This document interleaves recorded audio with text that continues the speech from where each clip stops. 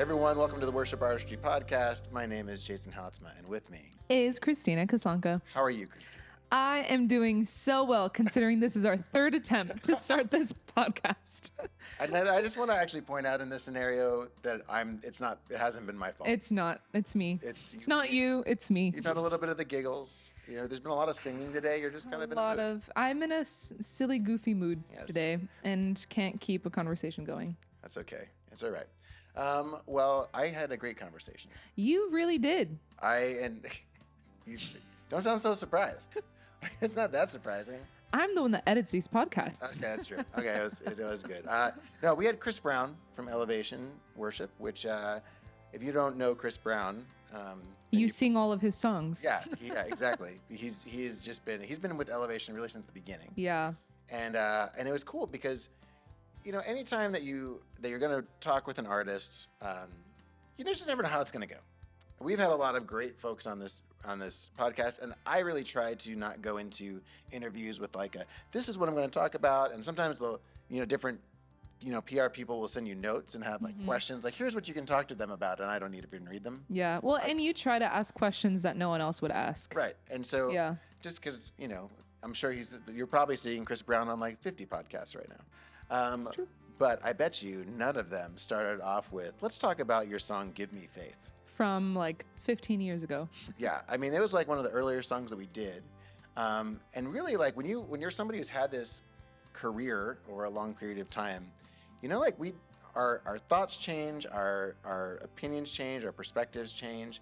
And he was just incredibly open and honest. And he hit on so many things that I'm always okay, so for example, I'm just going to tease a couple of the questions. Is It Might Get Loud really a Sunday song? Yeah, you can learn it on our website. Solid question. We got a lot of requests, but does anybody actually do that? We talked about the song, a number of different songs. Rattle. Rattle is another one that was so tell me about this song, and I think when you understand context and when you understand where these are coming from and you recognize that these artists are still just leading worship at church. Mm-hmm. And we don't get to always see all the context that things happen in. And, sometimes it kind of puts on us a little bit that we have to make good decisions about the things that we decide to introduce and the reasons why we're introducing them and why and all those things. And so he was fantastic. I just felt you can just tell when somebody's really being honest with you and they're not kind of giving you the party line. And so he's just a fantastic interview. And it's a little bit of a longer one. So I'm just going to shut up and defer to Chris Brown. I'm stoked to talk with you, man. This is great. Like I said, we've been doing your songs for a long time. In fact, one of our earliest ones we did Give Me Faith. And it was you do go back. Yeah. And I I still remember teaching that song. It was just I hitting it and going, man, I really like this one. And I actually was hoping I could ask you kind of a little bit about your the span of your music. I want to ask you about new stuff for sure, but I'd also love to kind of just go back a little because I think about you specifically even because I remember seeing the video for that song and you were singing it and I was just this is special. There's something really unique here. And the way that in that early time, it's you're singing Give Me Faith. And it seems on your journey, you now have faith. When you're writing about trusting in God and God is going to come through and God, was there tell me about that journey a little bit. Well, yeah, I mean, yeah, that's an interesting question. I like how you framed it up. I've been through seasons now. That song 10 years old, 12 years old, maybe. So that's taking me back to think about where we were as a church community then, and just the seasons we've been through since. I don't know. Yeah, that would have been years ago. The cool thing about or the interesting thing about faith is that I feel like I could sing that song today and mean it just as much and need it just as much. And we're still, I think, writing songs about faith and needing God to make ways and to come through, and needing our own faith and courage, because that's just the nature of our spiritual journey and our walk with the Lord. And is that I certainly don't feel like I've arrived anywhere, but I I've matured in my faith as we've gone through seasons. So back then, I mean, whether it's, I don't know what entry point to start, if we want to talk about the ministry aspect, the personal aspect of the journey. But yeah, I think it's been, I'll just stick with the church side and the worship team and everything. I think since a song that's like that's 12, let's say 12 years old or something, I think it's been one of the biggest gifts of my lifetime to see God grace different people here in our ministry, and to grace our church for to help put language and put songs into our church's heart, year after year, and to not just bring a new song to the Lord on a Sunday, but also bring a new song to the Lord that is helping carry a mom through who just saw, their teenager wreck a car. And I remember that song specifically I sang at a teenager's funeral here in our church years ago, of a close family. And it's wild to think, man, a song can encourage someone in the worst possible circumstances and point them to Jesus. And I think that's just man, I think it's beautiful. And so I thank God that over the last I've been here at Elevation 16 years. I thank God the last 16 years I've been able to be a part of a very large team that's helped bring songs to life, and give put those words, those needed words, timely words, on people's lips and in their hearts and in their minds, to keep them from burning out on their own faith, and giving up, and keep them hanging on, and keep them full of enough hope to wake up tomorrow and trust God for another day. So yeah, man, I it's the privilege of a lifetime to be doing ministry, and in any capacity, I feel like. And but to do what I've gotten to be a part of here is awesome. Well, you've been doing it for a long time. I mean, like you said, 16 years. And I think, especially in music ministry at a large church, that's a long time. Like, what has sustained you from, like, I know a lot of worship pastors who go through burnout and who get tired and are just like, I'm out, and just overwhelmed by the whole thing. And when I think about a church like Elevation, I'm like, gosh, I'm sure you guys have like a bazillion things going on. Like, what are some of the values that you've held in place that have like sustained you through those seasons? Because it almost feels a little unicornish. Yeah, maybe. I know what you're saying. And I of course I wish maybe it didn't seem unicorn-ish. I think my backstory is that my parents served as ministers and pastors in the same church for 27 years. And so the model I had growing up was just like, you go somewhere and you plant yourself in that community, and you give yourself to serving those people in that church. And so it's normal, and I think really feels very natural for me. And in saying that, like, I don't, I think it's commendable what I saw my parents.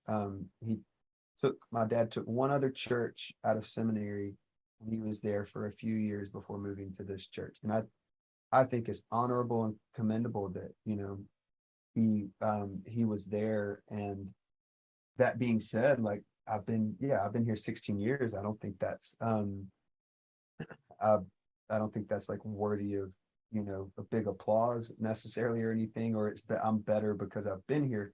But I do feel like the fact that, you know, my wife and I are raising our kids here, and we have been through some intense seasons here and been through fast paced seasons that could have led to burnout. Um, and did push us in our capacity to the limits. And we've been through beautiful seasons, blessing seasons. And but I think that's we for me, I love the idea of being somewhere long enough that I can see the good and the bad and the mistakes and the triumphs and the burnout, and the recovery and the rest, and it all comes together and it all works together and it can all be a part of our journey. And I think for me, there's again, it's not a difficult thing to feel like, oh, I'm a I don't know, it just feels like when we moved here to Charlotte to be a part of the church, it was like this is this is what we want to do with our lives. And the church was 8 months old, so there was no moving because there was a record label or there was worship out. It was just church plant, putting out folding chairs in a high school auditorium type situation, you know. But I think we just came in with that mentality that we want to plant roots as long as God has us here. But I do think that that mindset has served us through the years. It's like when things have gotten harder, it's like, what? No, we don't. Like, one, we're proving to ourselves there's only some things that will come when you remain, you know, in a place long enough to gather. And then secondly, we're I feel like we're modeling for our children the same thing my parents modeled for me. Like, plant yourself, man. Like, that's how you that's how you discover who you are. That's how you discover how much God, you know, loves you in different ways, and the kindness he shows and the way he can sustain you in different seasons. And so, and I mean, since we've been here, it has been from seeing ministry from the stages of and phases of that, yeah, setting up chairs and like every aspect of Sunday morning being portable, to you know, to tour buses and being sitting in a studio right now that we built a couple of years ago. And I don't say that as like, oh, it's been up and to the right. It's just one, you know, you serve faithfully and you're never going to have, you know, difficult times, or it's always going to, you know, look like blessing.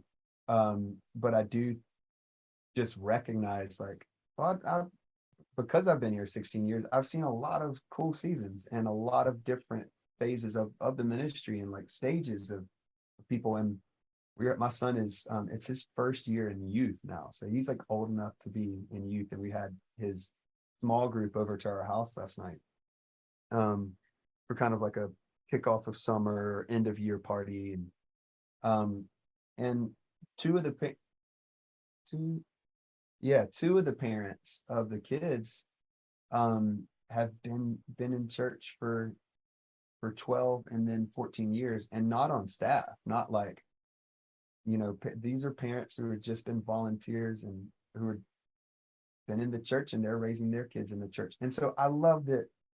Wow, like I've got history with you, and now our kids are doing this together, and it's not because we're both making a paycheck from the church that you're, you know, the fact that you're still here is because you're getting, no, you just, and of course God calls people to different places, obviously, and he calls different, you know, people to remain, and he calls people to go. So that's not neglecting any of that. It's just I'm grateful for I guess the mindset that was implanted in me, from my parents, and then just what we're trying to carry out and model for our kids too.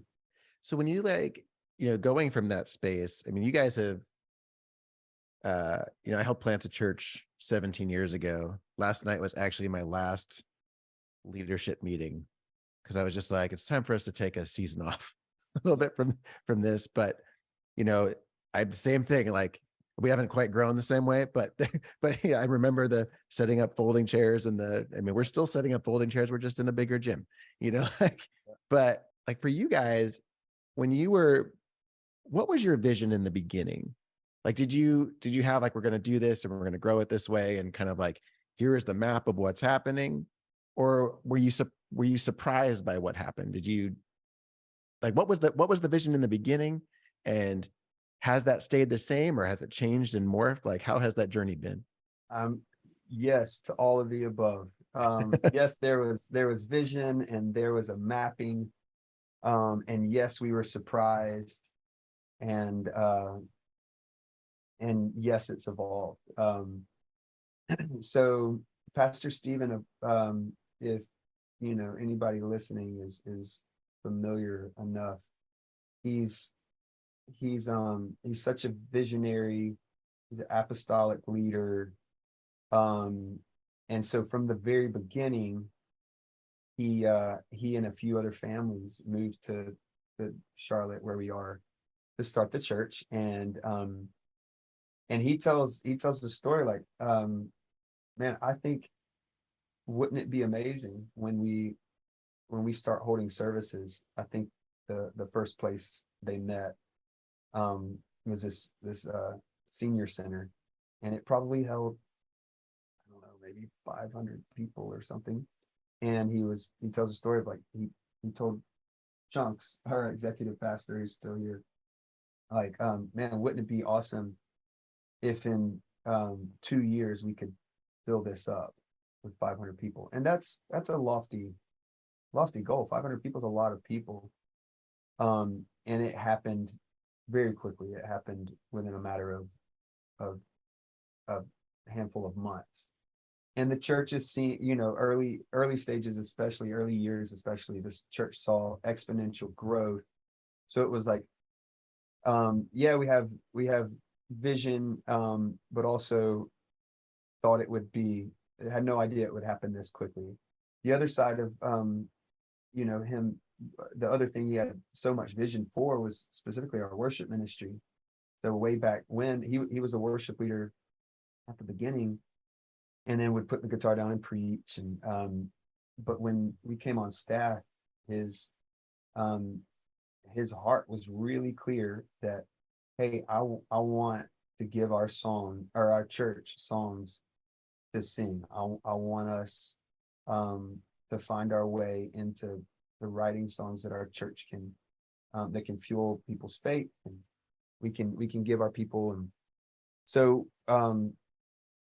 within 6 months of us coming on staff, we were recording our first album, and with a bunch of songs that we actually took off of all the DSPs, because there needs to be a statute of limitations on some things. So those early albums you can't find unless you're an OG. So yeah, there was that aspect of like, from the very beginning, there was a clear vision and kind of directive of like, if God will allow us, we're gonna work hand in hand with him to bring songs to our church and be a church that loves his presence and a church that loves to worship. And we're going to develop that culture within our church. And so, and man, it's evolved through the years so much. And for the first several years, even after we had some songs that other churches were doing or whatever, that was never the vision. The vision was like, let's give elevation songs.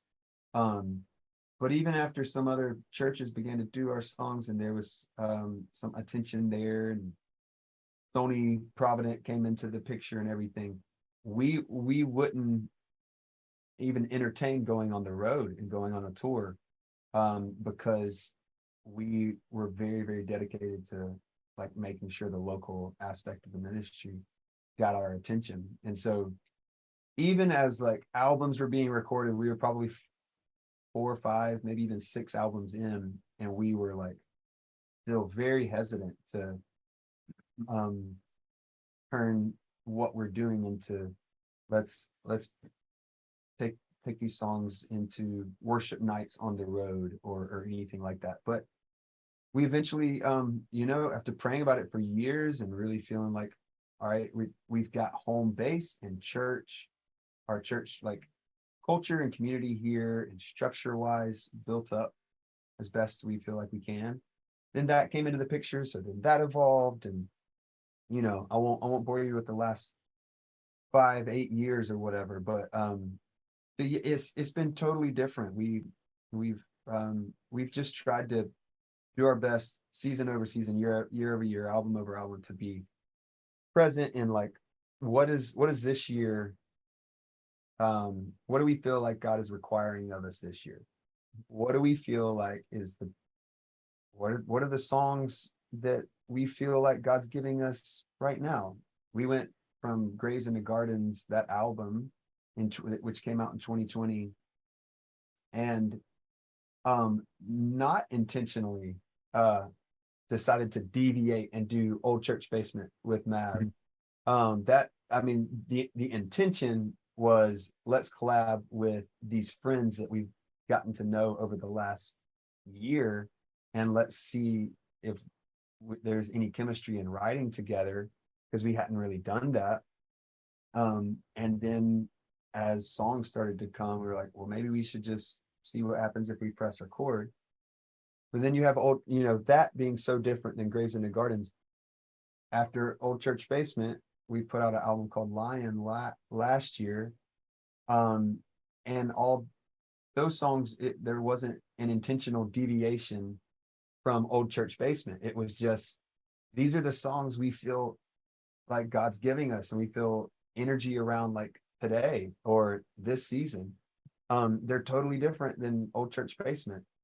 And so, you move into this year and us recording this new album, Can You Imagine? And it's the same story. It's like so yes, there's vision, and the vision is like, it's underlying everything, and it's providing the momentum and the direction for every decision we've made for the last several years. But then there's not the evolution of like, well, what's it going to sound like? What chords are we going to use? What type of song? What style of song? That has been such an ebb and flow season to season, and it's been really beautiful to watch, man. Like, it's been really cool to be a part of, and just to talk musicians for a quick minute. Like, even like seeing the musicians God's brought our church, and the gift sets, the experience, the style that everybody has grown up in is like vastly different on our team. We got Jay on bass, who is a lover of all things, U2. And then you have LJ, who grew up on church organ, and you've got E, one of our guitar players, who's still just so young, and like, but he's a brilliant like melodic creator. And Joey, who's been here forever, who has grew up on a totally different style. And so it's cool to see like a amalgamation of what feels authentic to our sound, as it's evolved the last couple of years, and leaning on different like strengths of players, and having that be a part of the production of songs, and how this Lion, a song off the last album, sounds, and like going, well, that I don't know who's gonna like this song. I don't. And then it winds up being the title track, and it's not like we do that song every Sunday at Elevation, but it certainly felt right, and for the time, and we love doing it on the road now. So anyway, that's kind of a rabbit trail, but some of the history, I guess. I love that. That your guys' music is it is funny because when you guys come out with a record, I'm like, all right, it's hard. Like the songs that jump out sometimes surprise me. Like we had so many requests for It Might Get Loud. And we're like, all right, we're gonna have to teach this song. And I still to this day, man, I don't know, like I don't know how to count it. I was like, listen, you're just gonna go da da da. Okay, like I don't even know what the numbers are, but this is what it does. This is how it sounds. And it was super fun to do. But you have like songs like that, or like Rattle, which are like do you are you, like when you guys pick a song, do you just kind of like chase it and like, what is this song going to be, and how do we turn, like, because they are so vastly different. They all still sound like they're done by the same people, but they are like vastly different. Do you kind of go like, all right, dude, this one's got this like kind of like country rock that we're going to lean hard. We're just going to go like get rad about this. Somebody's going to yell at some point in this song over here and like get to it. Like, what are you leaning into styles? Do you find that that's just kind of where it lands? Like, how much are you kind of crafting that in the moment? Yeah, man. Rattle, we wrote that started writing it at the end of March 2020. So if everybody put yourself back in that headspace, Great time. Yeah, fantastic mental space for all of us. We're 2 weeks into the shutdown, and I think we, as a church, we were obviously nobody was gathering, but we were suddenly on Sunday mornings. We were broadcasting live. We didn't do pre-records for first year. Every Sunday morning we were live at 9:30 with nobody in the room, and it was just broadcasting online, and that was church. It was our team, enough, like 8 people running cameras, and we started writing Rattle over Zoom, Pastor Stephen, Brandon, and myself, and it went through probably 2 or 3 different iterations and choruses, totally different, very country at first. We were coming off of like Graves in the Gardens, the album hadn't released yet. We were coming off of like Graves in regards to song and the energy it had just when we recorded it like 2 months prior to this moment. So Rattle initially had a totally different like feel, but because we were gathering on Sunday mornings, like our worship team to broadcast, nobody else is in the room. We've been working on this song, get it to the band after church one of those Sundays. I think it was Palm Sunday, so the week before Easter of that year.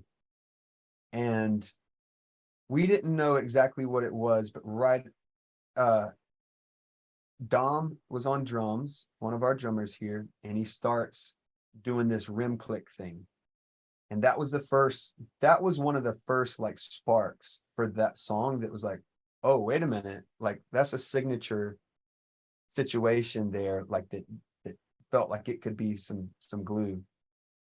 And when Dom did that, Joey started the opening guitar thing and the picking hook. And at that moment, like it started to really morph and come together. And we, for the most part, like finished writing the bones of the song on stage there. And then it got finished like Monday or Tuesday. And Pastor, we were going back and forth. And I think Tuesday of that week, he was like, all right, I think the song's finished. Let's get the team back in Ballantyne, one of our church campuses. And let's just turn the cameras on like it's church, and let's just play the song and see what happens. I hadn't really sung the song that much. And we were rehearsing the song. Like we probably rehearsed it, and it felt different.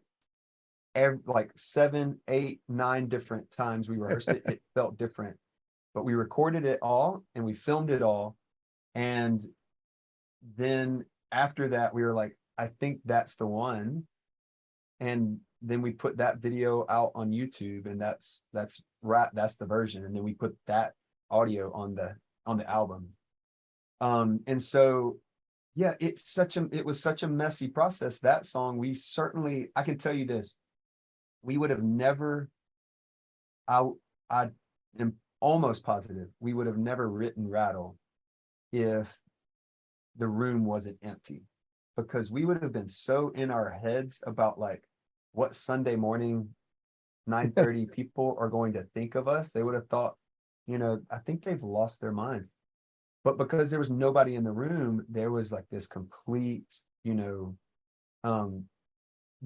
dump of consciousness, and you were just like, you didn't really care, because you're like, I don't know, man, the world's shut down. This is a song about resurrection. It couldn't be more timely. People need this song. Most of all, I feel like we need this song. What this song is going to do, how it'll be received, I have no idea, but let's just chase the feeling, chase the song. And so I think that was a really cool little turning point, because I think that opened up the exploration for us musically on that led into a song like Might Get Loud, or even being willing to explore a lot of the writing that happened on Old Church Basement. So obviously totally different style, but like a lot of that writing felt like there was a permission that we found to not write songs just in a certain box that we had been doing for years prior, that we felt okay with, and we felt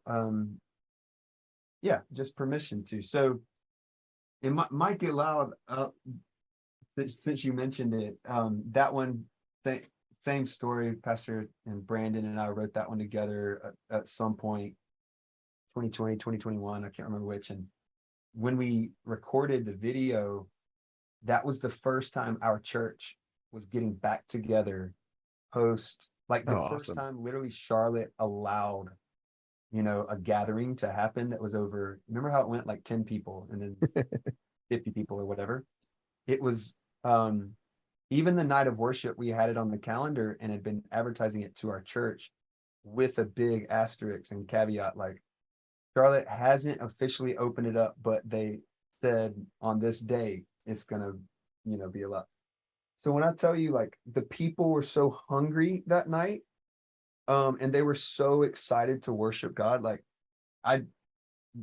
that the energy in Might Get Loud, and that's such a crazy song. It's so bizarre, but it couldn't be more authentic, because like that was the energy that was there and alive that night and when we wrote it. And so I think, like, apply that to any season or song that we try to stay in that same mode of operation when we're writing and chasing songs.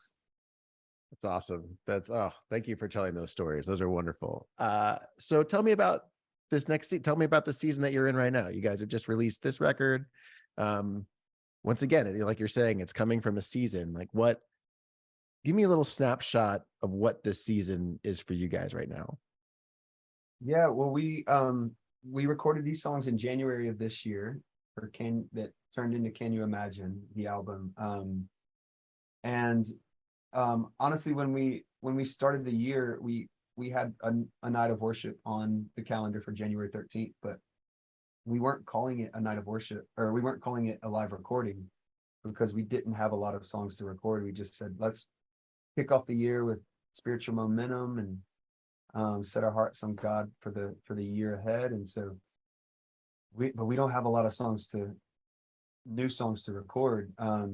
And the couple weeks, long story short, the couple weeks leading right up until that, even couple of days leading up to that, more specifically, songs were getting written. So Praise was written week of, Make a Way was written week of, Been So Good was written the week of, and we didn't even touch that as a band until the day of the recording. And so there was it was a great night to have to start the year, but we didn't know that we were necessarily recording an album, because we have learned through the years, or we certainly try to hold loosely,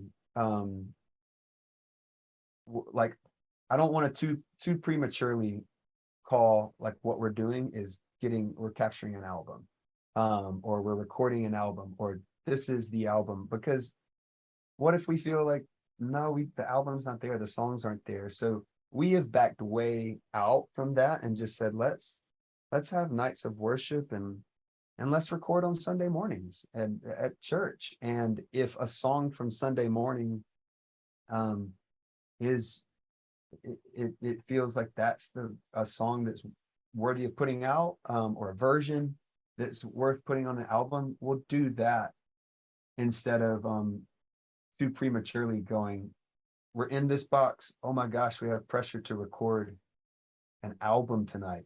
And we recorded January 13th, had the night of worship, and we weren't saying it was an album or anything, but we woke up on January 14th and said, do we feel like we have an album right now? And so we got to work, and on the post end and editing and everything. And so I think it's a beautiful collection, and it's 8 songs that because they were coming to, being written right up until the time that we held that night, they weren't in our church flow.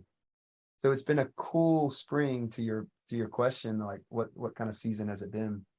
It's been a really cool season for us to actually be introducing these songs after we technically recorded them with everybody who was in the building that night, but then taking them to Sunday morning after that for the first time. That's a flop, that's backwards from how it normally works. But it's been really cool through the spring to see these songs in church and see our people connect with them. And so it feels great to have the album out. We're excited, and yeah. Are you surprised at ones that are connecting? I will say I'm a little surprised, and I'm a little surprised at Praise. That song is it seems like it's kind of a standout, not because I don't love it. I'm surprised people are like, I'm here for that type of song. And I get, like, hey, every church, we all need up-tempo songs, but it's I'm a little surprised that it's connected as much. I thought maybe it would fit a category of like youth camp song and be useful there. And it's we're having this conversation like a month into the release, so who knows?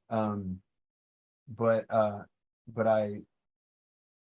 yeah, it's been cool to see More Than Able, that song on the road when we had a Elevation Nights, is our tour that we do with Elevation Worship and Pastor Stephen, and doing that one on the road, and even Trusting God, those feel like they're, at least for our church community, they're going to be in our sets for a long time. It's cool to see them encourage people the way they have been. Yeah, it's interesting. Your guys' songs on our website, because we track what people search, and what, like, okay, what do we need to be doing? What haven't we gotten in here? And there's always that you want to get out the new stuff, for sure. New stuff comes out, like, all right, we got to get going on these. Which ones are hitting? A lot goes into every lesson, and so it's like we really need to be like, feel good about, like, all right, we know people already want this, right? Yeah. But your guys' song, I think more than any other, some of them, like, we do the big ones, and those get a lot of action, but then there's these, all of a sudden, the requests and searches start rising up in these songs. You're like, that was like 3 albums ago. Like, all of a sudden, Call Upon the Lord, we're doing Call Upon the Lord this month. because Wow. that one has just been rising up. Available was one that came in later and became like one of our most requested songs. Wow. And so it's just interesting how it's like how that gets out there. And but I just really appreciate how you guys take musical chances. I think when you have had the success and like acceptance that you guys have had, like it's easy to just be like, well, we know this works, so keep doing this. And I think it's really refreshing to me as a worship musician to go like, let's try, we can try different stuff. It doesn't all have to be this way. It can be this way. Like, and I love how much you're talking about how it's what's connecting with your community and what's connecting in that moment. And then being fearless to just go like, well, does it connect with you? You know, like we all benefit from that. And it's just, I interviewed Josh Holiday last week, and with Elevation Rhythm, and like he's just talking about like you guys have clearly created a culture where you can try stuff and be creative and are like not putting like, well, it has to be successful right off the bat, and it has like you just. I'll say just to wrap that up, Josh Holiday and Rhythm, it's so cool to watch, because Josh is a brilliant creative and producer.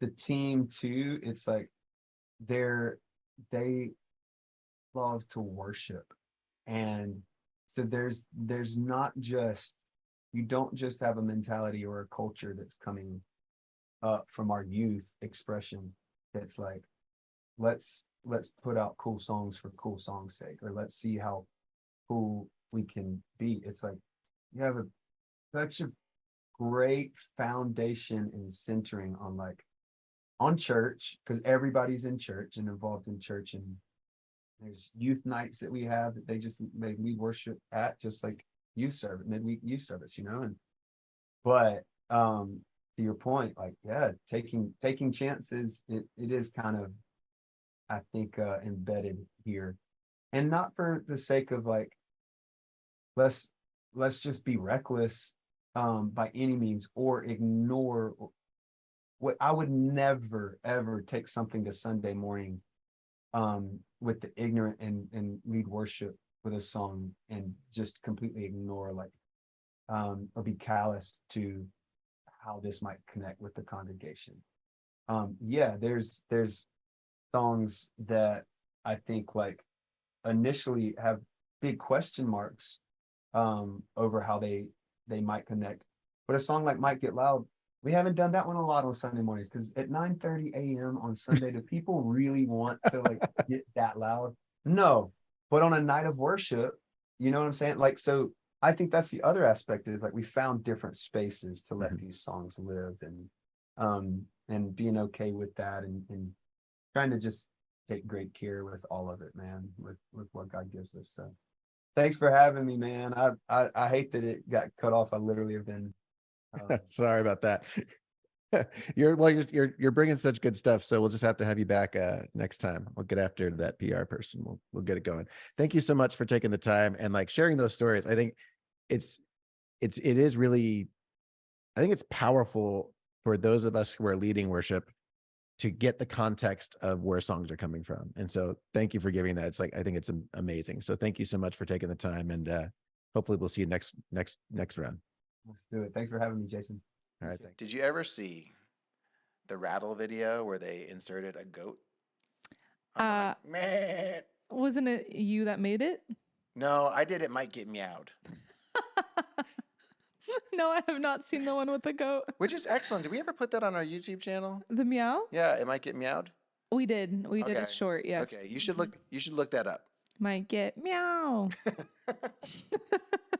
But there was a look around for it. I'm sure if you just typed in like Elevation Rattle goat, you will find it. You'll find it, and you're gonna laugh. It's wonderful.